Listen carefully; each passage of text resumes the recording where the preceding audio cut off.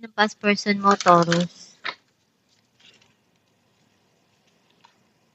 It's time for me to heal now. I love you unconditionally. I want you. I am grateful for the spiritual lesson.